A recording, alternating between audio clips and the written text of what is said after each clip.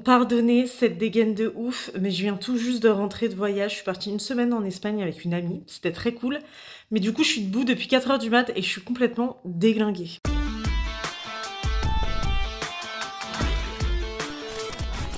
J'ai checké le site qui vend des peintures à textile.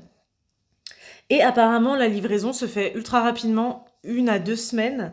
Donc je pense faire la commande du matos de peinture demain, donc le 1er août, et comme ça je vais pouvoir commencer la customisation de ma veste. Je suis vraiment trop impatiente de commencer ça. C'est le petit défi de l'été et j'espère finir la veste fin août pour se dire que voilà, c'est fait, c'est fini et passer à une nouvelle création parce que j'ai déjà quelques idées.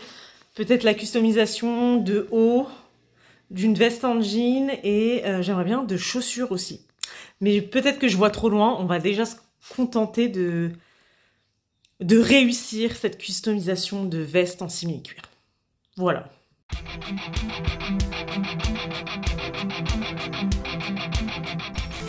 Comme vous pouvez le voir, je suis sur Photoshop et en fait j'ai repris les photos de la veste de Rhea Ripley. Je vais décalquer sa veste et surtout les détails importants.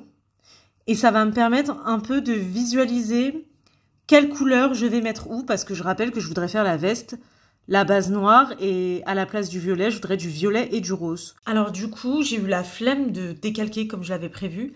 Et je suis partie sur quelque chose de plus simple parce que je me suis dit on va perdre trop de temps. C'est tout simplement, j'ai dessiné directement sur les photos.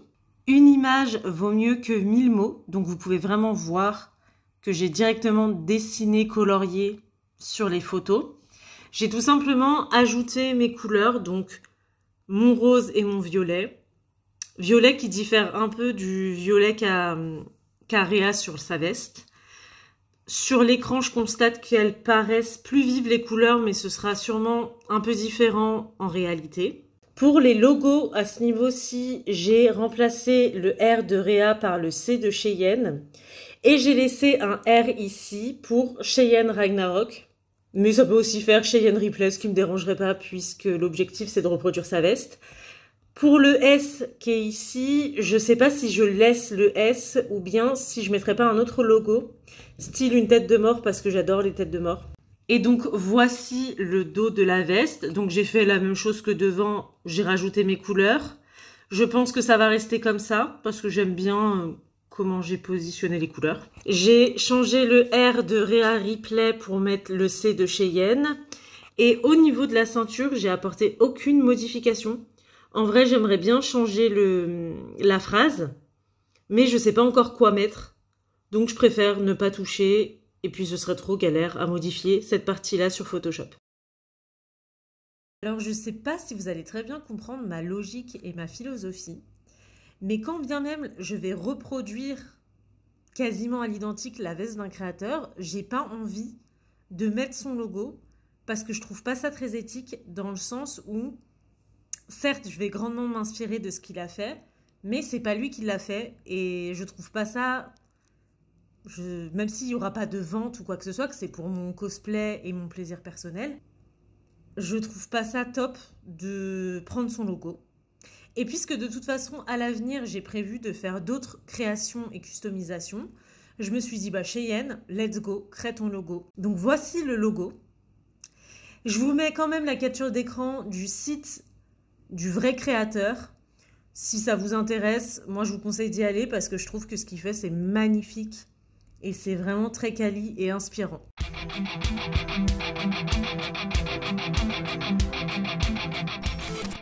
Les gars, les meufs, je suis trop contente. J'ai enfin reçu ma peinture à textile de chez Angelus France. En vrai, ils ont été super rapides. J'ai commandé ça vendredi après-midi. Et ça a été réceptionné par le point relais hier. Et on était mercredi. Donc, très contente. On va ouvrir tout ça. Tout ce qui est produits et peinture ont été positionnés comme ça. Donc c'est top. J'avais fait une grosse commande, un truc comme 118 €. Et j'ai eu quelques cadeaux. Premier cadeau, j'ai eu une brosse. Je ne sais pas encore à quoi elle va servir. mais je dis pas non. Et en cadeau, j'ai eu un petit stylo marqueur. Je suppose qu'on peut dessiner ou écrire sur des vêtements, je ne sais pas. Mais en tout cas, je dis pas non au cadeau. Donnez-moi des cadeaux. Et comme troisième cadeau, j'ai eu ce petit préparateur à textile qu'il faut mettre avant d'appliquer la peinture. Du moins pour une pièce en simili-cuir ou en cuir.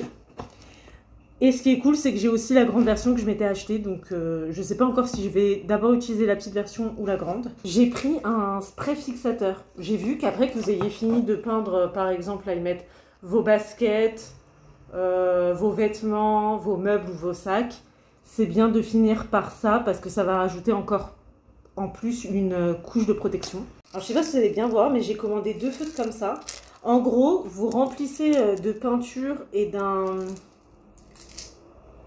produit qui s'appelle Tin, je crois. Et ça permet de dessiner de manière plus précise sur votre vêtement. J'ai pris 2 tailles, je crois 3 mm et 5 mm. Sait-on jamais. Donc pour ma veste que j'ai appelée Cheyenne Ragnarok, j'ai pris ces 2 couleurs.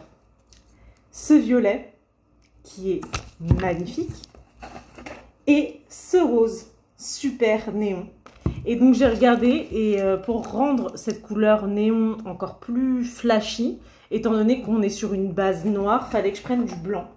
Donc j'ai pris un blanc basique. Donc en gros, pour tout ce qui aura des touches de rose néon, il faut que je mette d'abord une couche de blanc, puis le rose néon. C'est ce que j'ai lu. J'ai aussi pris du marron. Mais ça, c'est pour mon cosplay de Gamora, parce que je vais avoir une autre veste en cuir à custom. Et ça, c'est un autre type de marron, parce que je ne savais pas quel marron prendre. Mais normalement, il y a un marron qui devait être plus clair. Je crois que c'est celui-ci. Mais je vais peut-être devoir le mélanger avec du blanc pour que ça sorte d'une autre couleur. Parce que Gamora, sur sa veste, je fais une petite interlude de Gamora, elle a du marron et un sort de marron orange. Et j'aurais espéré que lui, il serait dans les marrons orangés. Visiblement pas, mais c'est pas grave. On va bidouiller un truc ou alors je rachèterai quelques couleurs, donc du orange. J'ai aussi pris une peinture, mais en petite taille noire, parce que, autre interlude, je dois finir mon cosplay de Lagertha. Et tout est marron et je me disais peut-être un petit peu vieillir avec de légères touches de peinture noire, ça pouvait le faire. Et je pense que je me resservirai d'un des marrons pour un peu mixer tout ça et faire un truc un peu plus vieilli. J'ai aussi acheté un finisher parce que c'est super important, notamment sur des pièces en cuir ou en simili-cuir, de mettre un sorte de vernis à la fin pour vraiment faire maintenir la peinture et que ça parte pas dès qu'il pleuve ou si vous vous frottez contre le mur ou que sais-je. Alors c'est dès qu'il pleut et pas dès qu'il pleuve, mais... je cause pas la France, comment ça m'énerve. Et c'est ça le tin, le fameux produit qu'il faut mélanger avec une couleur pour mettre dans le feutre. En fait, ça permet de rendre la peinture moins épaisse et c'est mieux si vous voulez faire des coulis ou des dessins précis. Donc là, à première vue, je suis super satisfaite de mon achat. Maintenant, va falloir passer à la vraie expérience, c'est-à-dire peindre le vêtement. Et ça, c'est vraiment la partie qui me stresse un max. Je pense que dans un premier temps, je vais faire des petits tests sur des petites chutes de simili-cuir. Au cas où il y a un problème, pour pas... déjà pour découvrir le produit s'il fonctionne bien et pour pas faire d'erreur sur la vraie veste. Ce serait dommage.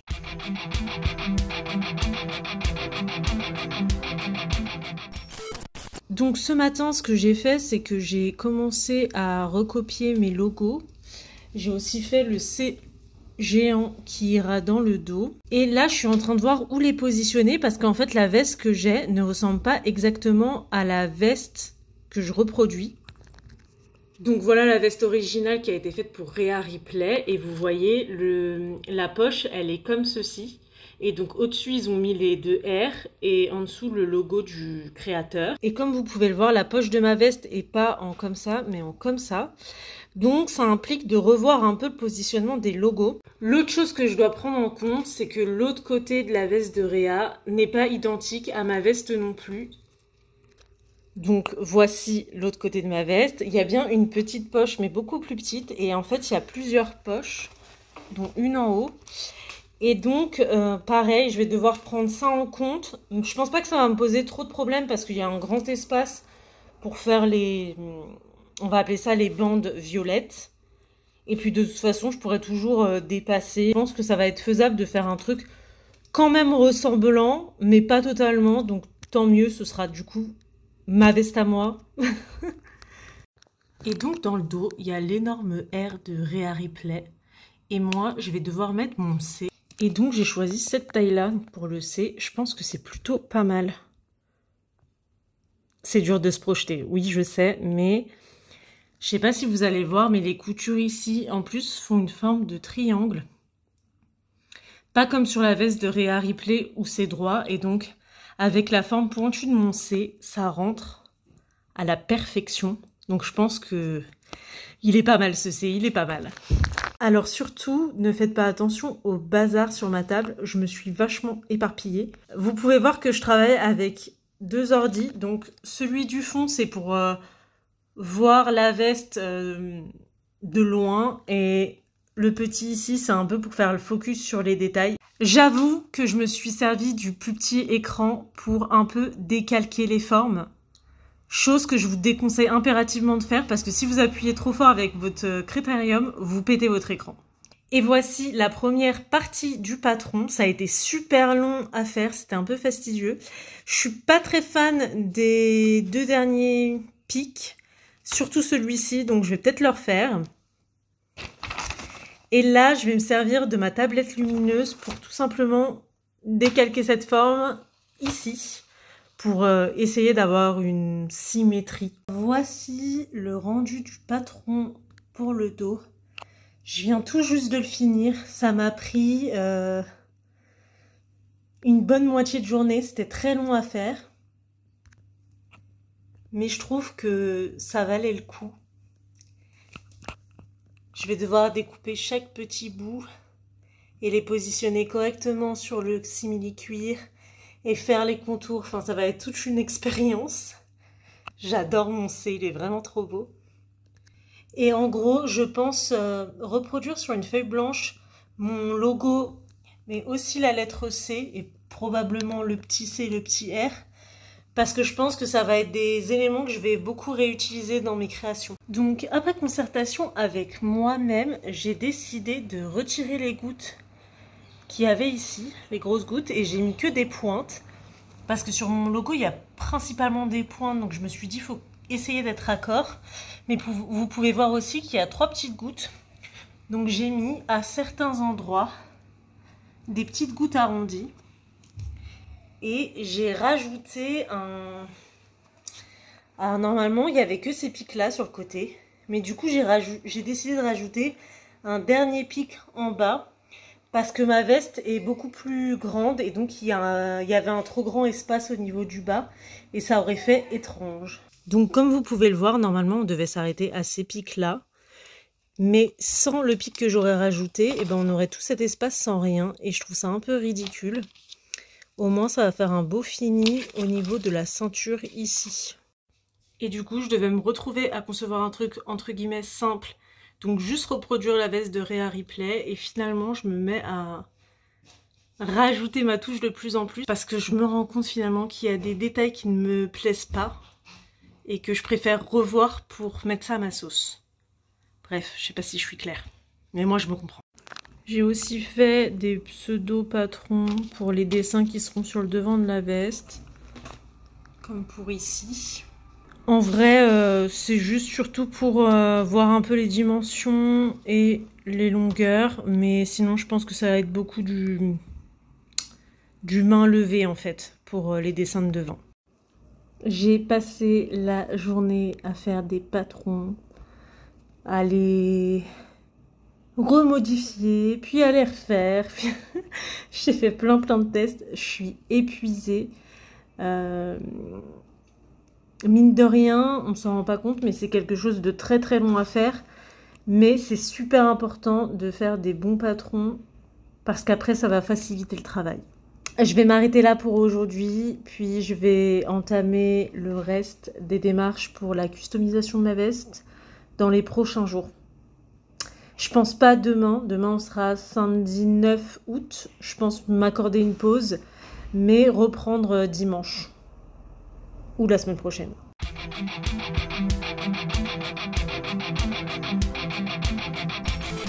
Avant d'entamer les modifications, je trouve ça important de voir le visu de la veste en mode basique. Et voilà le dos. Il y a vraiment du très gros boulot à faire. Alors, je sais pas si c'est la bonne technique que je fais, mais avant de dégraisser, parce que j'ai pas envie de dégraisser tout le cuir, je vais d'abord reproduire les formes et juste dégraisser à l'intérieur. Je pense que je vais me faire plus chier qu'autre chose, mais parce que j'ai peur d'abîmer les endroits de simili-cuir que je vais pas repeindre. Bref, j'ai eu un feutre noir gratuit et il se voit sur le simili-cuir noir, donc je suis trop contente parce qu'à la base j'allais faire les traçages en blanc et j'avais un peu peur que là ça passe plutôt bien. C'est peut-être même pas un noir mais plus un métallisé.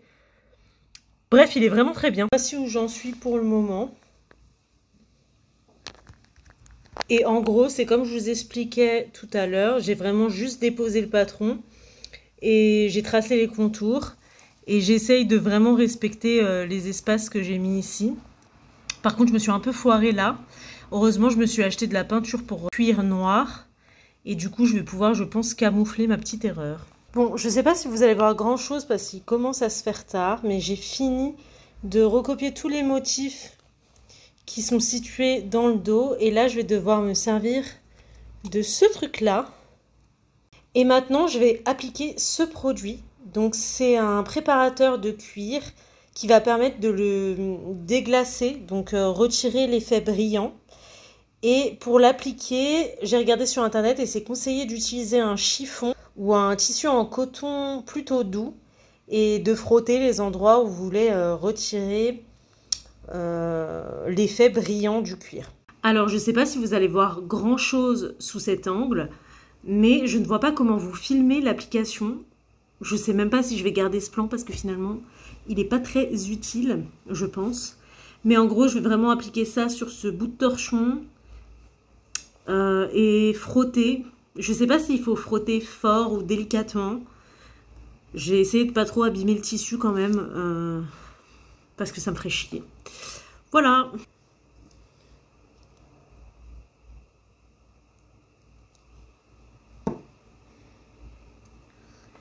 Ça a l'odeur un peu dissolvant.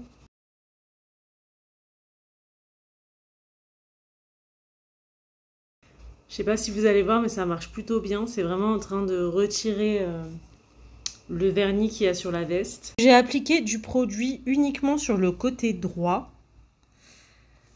pas sur le côté gauche. Et apparemment, il ne faut pas chercher à frotter pendant des heures. Ça risque de surtout fragiliser le cuir, voire même retirer la couche de simili-cuir. C'est pas ce qu'on cherche. Normalement, vous passez délicatement le tissu imbibé du produit et ça devrait retirer la partie qu'il faut retirer pour pouvoir peindre. Et d'ailleurs, on voit qu'à certains endroits, le tissu est un peu plus clair. Je ne sais pas si vous allez voir. Par exemple, ici, j'ai passé de la matière, mais ici, pas du tout. Et on voit que ça a un peu blanchi, donc je pense que je n'ai pas besoin d'en rajouter plus. Je vais déjà essayer de peindre ce côté-là et poursuivre sur l'autre côté, puis finir sur la lettre C. Donc là, pour le moment, j'ai mis la première couche de violet.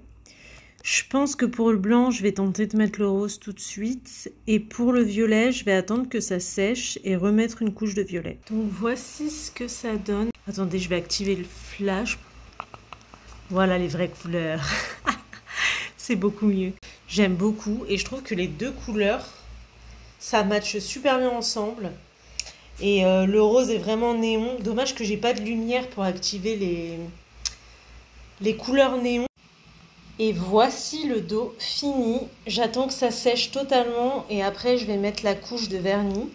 En revanche, j'ai rencontré exactement le même problème qu'hier, c'est-à-dire que la peinture blanche n'était pas uniforme. Donc le point positif, c'est que les deux côtés vont être symétriques en tout point, autant pour la forme que pour la couleur. Le point négatif, c'est que j'aurais préféré qu'il n'y ait pas ce problème de peinture parce que je trouve ça moins beau, moins esthétique. Je vous reprends quelques jours plus tard, donc j'ai peint le devant à ce niveau-là.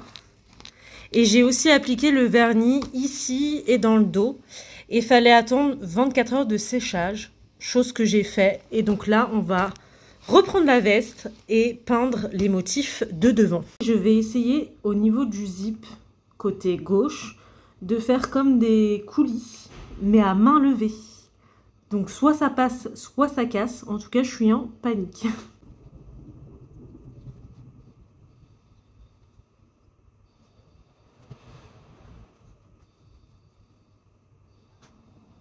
Et voici ce que ça donne les gouttes. Donc j'ai vraiment fait des gouttes tout au long et aussi en bas qui vont retomber comme ça. C'est pas trop mal. J'aurais pu faire quelque chose de pire, je pense, à main levée. Maintenant, il faut que je réfléchisse comment positionner ça et comment faire une découpe stratégique.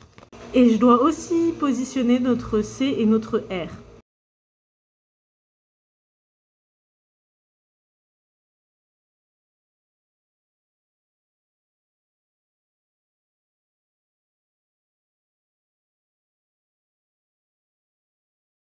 Et donc voici ce que ça donne le C et le R.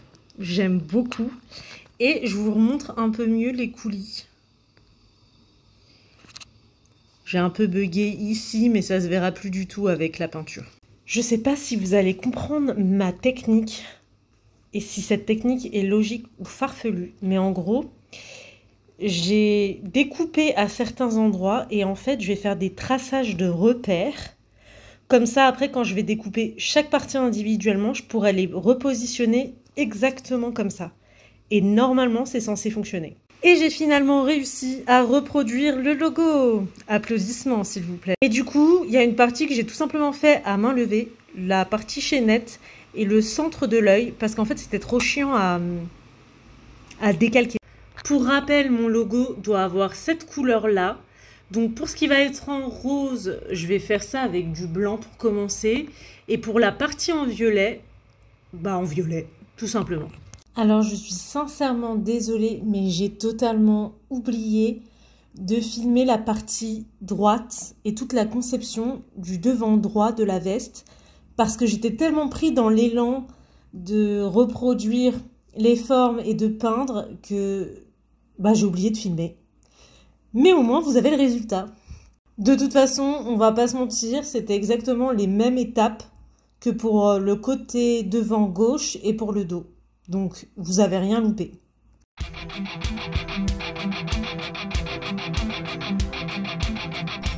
Si vous souhaitez faire des trous dans votre veste en simili-cuir pour mettre des rivets ou tout simplement pour une ceinture ou que sais-je, je vous conseille cette machine. Je l'ai trouvée sur Amazon et franchement, elle fait grave le taf. Il y a plusieurs types de trous.